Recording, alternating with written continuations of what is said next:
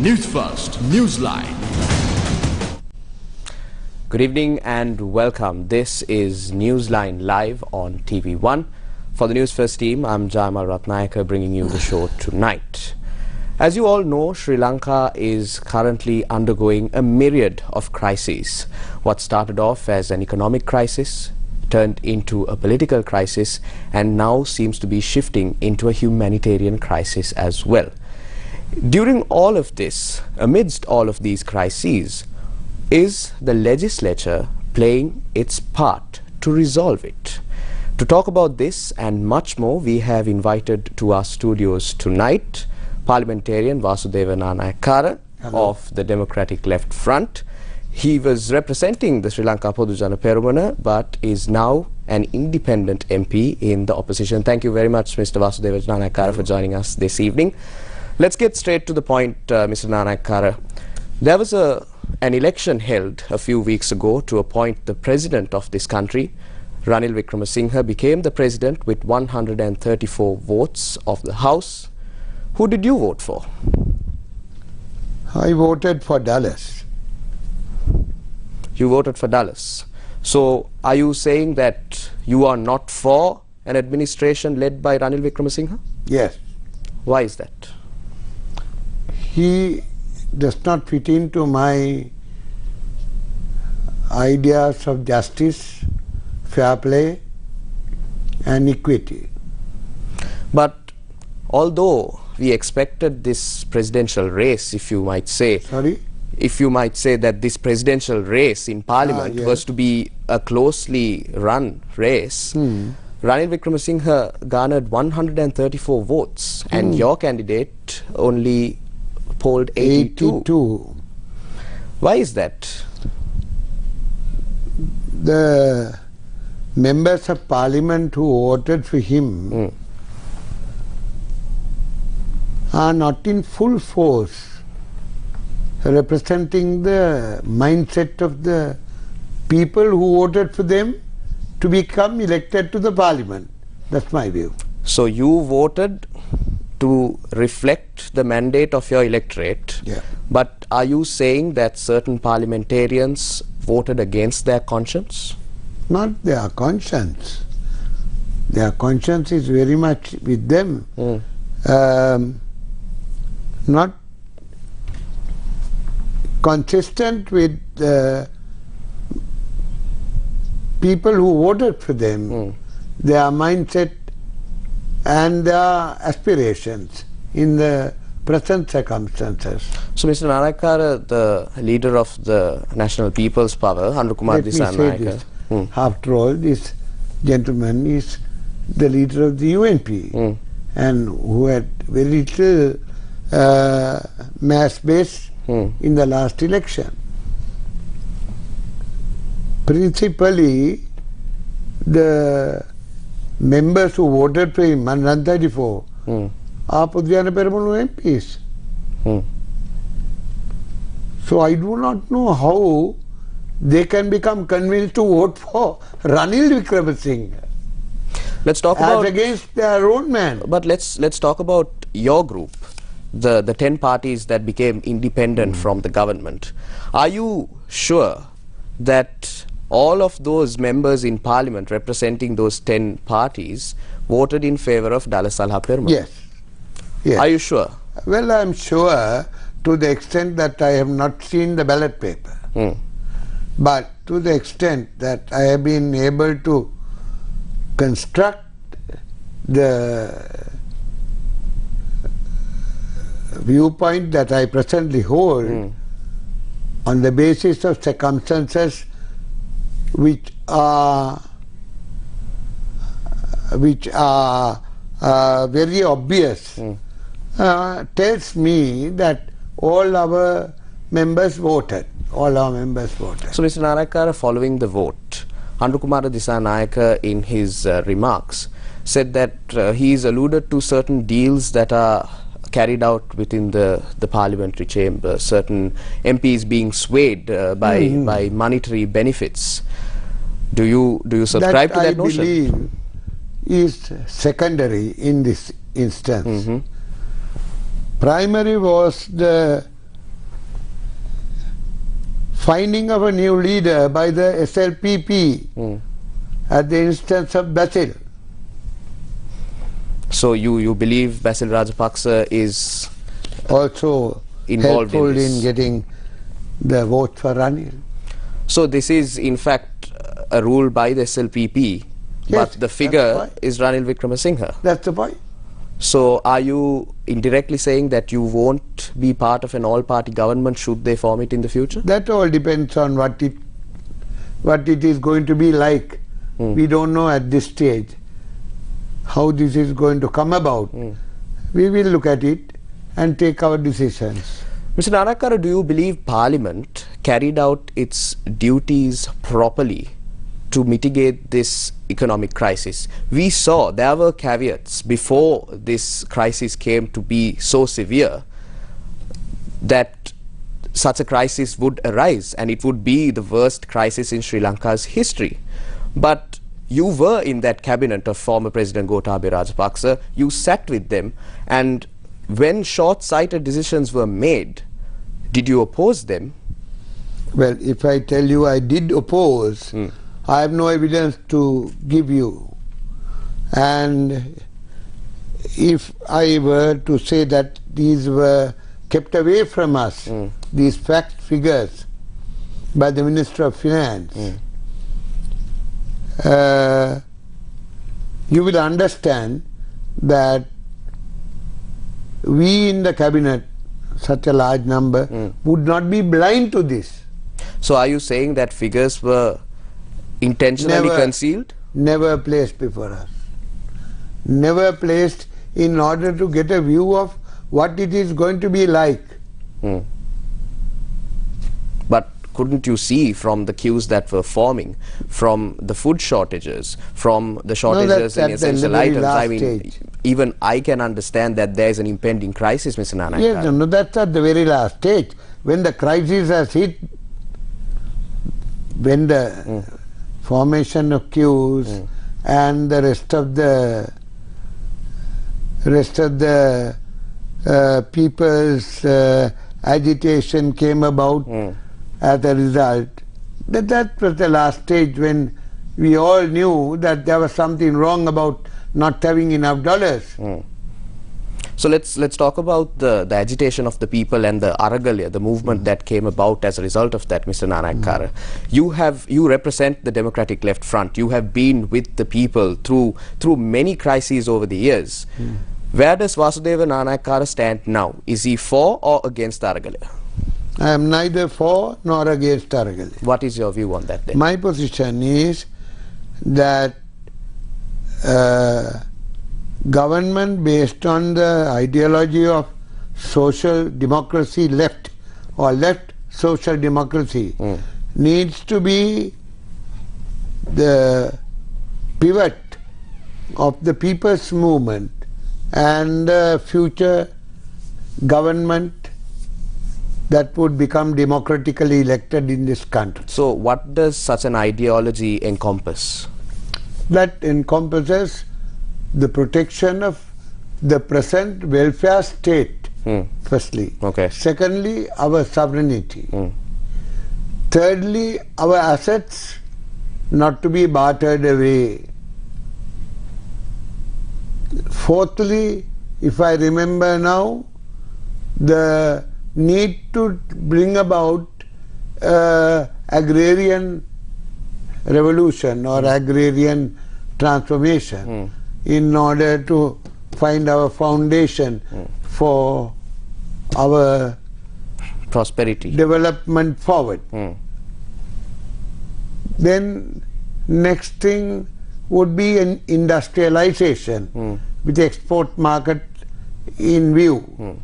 Industrialization based on our raw materials like graphite. If we were to carry out this process, we will become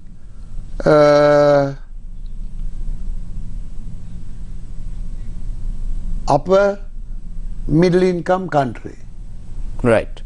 But Mr. Nanayakkara, what you should understand is, as things stand, Sri Lanka is scraping the barrel for dollars. The coffers have run dry, and with that, it might invite certain international entities that might want to secure assets, in turn giving us dollars. Where do you stand on that? Shouldn't we have acted sooner so as to secure our resources, secure our assets, secure all of these the vital assets in this country, and also to earn more dollars? Secure the dollars in exchange for our assets. Yes. That's what you say in short. That's a bad idea. If you look at that book, small booklet, which says... What is the booklet?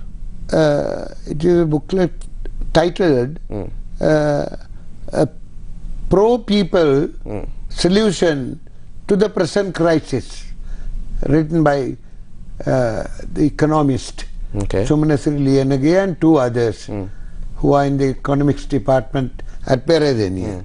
That's an interesting booklet, which says that we don't have to do that. We have to firstly not harm the people or throw the weight on the peoples, the weight of the crisis. Two, no giving away of our assets. Three, not compromising our sovereignty. Those are the three conditions that we place for a pro-people solution. But weren't you in the cabinet when deals were struck to hand over a portion of the Trincomalee oil tank farm? What about the West and East container terminals? Trincomalee oil tank farm... Is that not giving away our assets? No. That is not? No. I will explain that to you. The Trincomalee oil tank farm had been given in its entirety to India, of which we have clawed back some of it as our property, and we have agreed to come into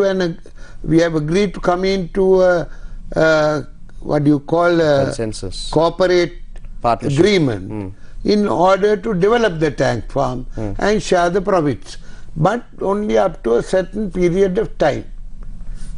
Then it comes back to us. That's about Trincomalee oil tank farm. The eastern jetty, we were able to retrieve it from the hands of those who were planning to give it away. Three, the western jetty, there is no western jetty right now, it's only the sea. It has to be built like what was done by the Chinese in building their jetty. Once that is done, the same terms that were offered to Chinese will be offered to whoever builds the western jetty. And then at a certain point of time, it reverts to our ownership. So do you believe Sri Lanka should be closed off? Sri Lanka should not open up to the world? Open up as much as possible, and to the extent that we don't let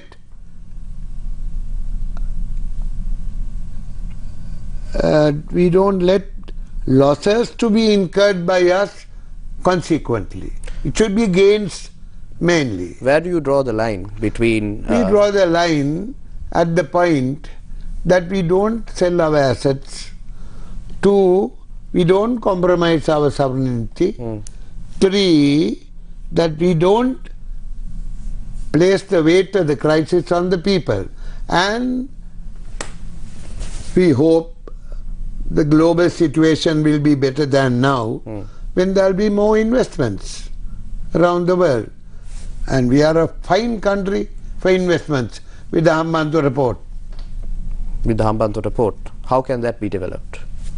It is already further developed. It will be further developed as it goes on. All around the Hambantota report will be a large industrial zone in the future, which will be re-exporting, exporting their products. Right. I want to continue to pick the brain of Parliamentarian Vasudeva Nanayakkara, but before that we have to go in for a short commercial break. Stay tuned to Newsline.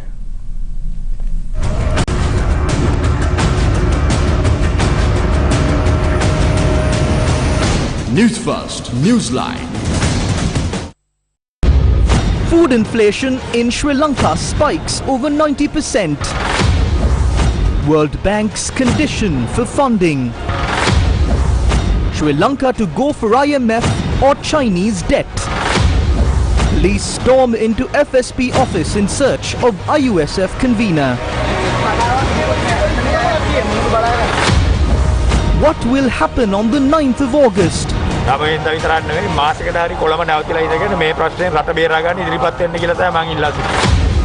CEB to be split into 3 sectors. What happened to the millions of cash found inside the President's house? Citizen journalists, know your rights and limits. සමාජ මාධ්‍ය ජාල හරහා පුරවැසි මාධ්‍යකරණයේ ලියැලෙන ඔබ දැනුවත් විය යුතු නීතිමය රාමුව අලලා සංවිධාන කෙරෙන විශේෂ වැඩමුළුව අගෝස්තු 7 වනදා අදම ලියාපදිංචි වන්න. විමසීම් 076යි 388යි 2111. Organized by MIM, Maharaja Institute of Management.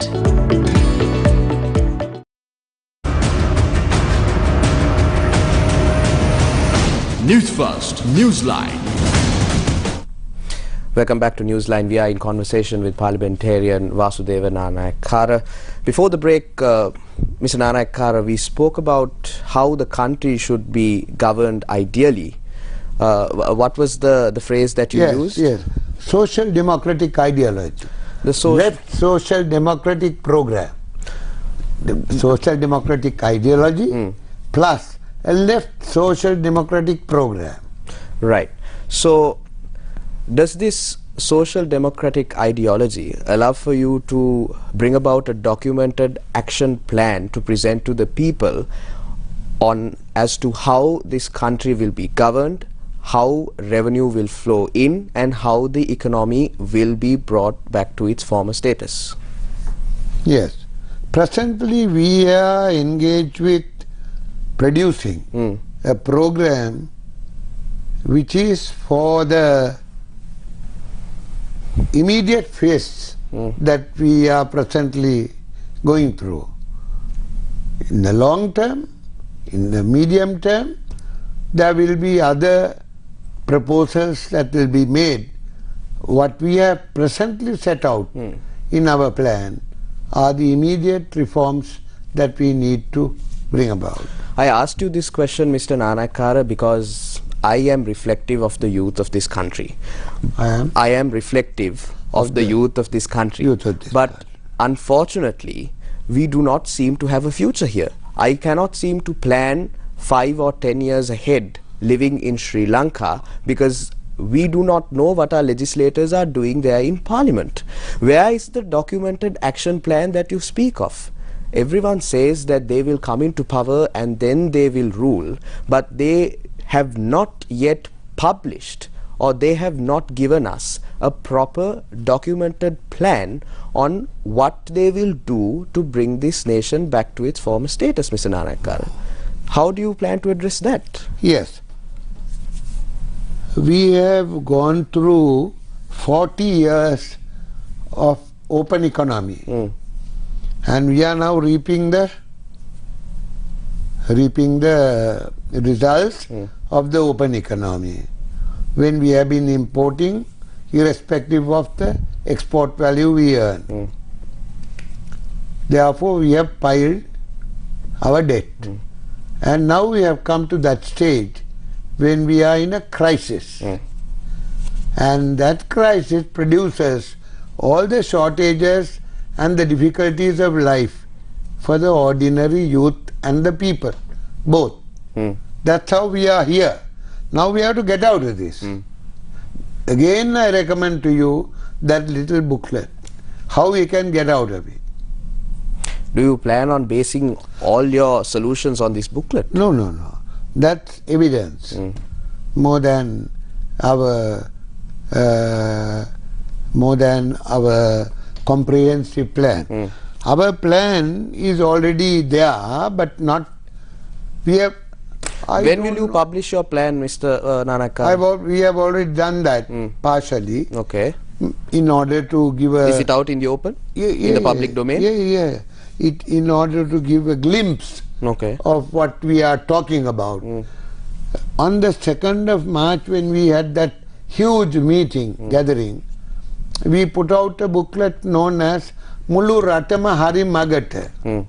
That contains the number of measures that we propose to take and what ought to be done and how it could be done.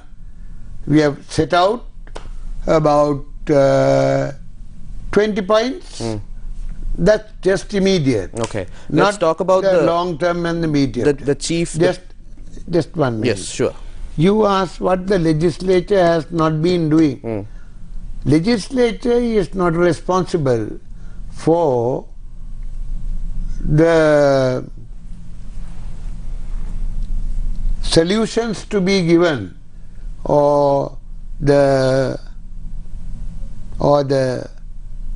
programs to be set out in order to meet the crisis. It is the executive that is vested with that responsibility. Shouldn't the legislature and the executive work in tandem, especially at a time like this? Yes, legislature only brings about the adoption of laws, which laws are sent down to the legislature by the cabinet. Okay. So the legislature views the draft laws with concern for their own respective programs that they have committed themselves to and see whether they can support them or not. Okay. So the legislature as one whole, which is the SLPP chunk, has voted all those laws without questioning them. But we have questioned it and we have debated, we have disagreed and we have compromised. Like that we have gone. When we say we, the 10-party grouping. Right. Yeah. So I asked you this question because there has been a school of thought that the true mandate of the people is not represented in Parliament at present. Do you believe that this Parliament should carry on any further, or an election should be held immediately? The present set of MPs of the SLPP, the large majority, do not represent a mandate. So you believe an election must be held as soon as possible? As soon as possible. Right. So let's assume that an election is called for. But on a new electoral basis, not the present electoral basis. So electoral reforms must be brought forward. There must be the changes, electoral reforms that require to get the fullest representation. No, the fullest union between the voter and the member elected. Right. Okay. And finally, even to remove that member at the instance of a certain process, if he is not working up to his commitments. Right. So we are with a new reform like that in the electoral system, we will have a lovely parliament, and without an executive presidency. Without an executive president, just a prime minister. The president can be ceremonial. Right. So we are nearing the end of the program, but I must ask you now, the principal crisis in Sri Lanka that has led to, that has given off a ripple effect is the fuel crisis, Mr. Nanayakkara.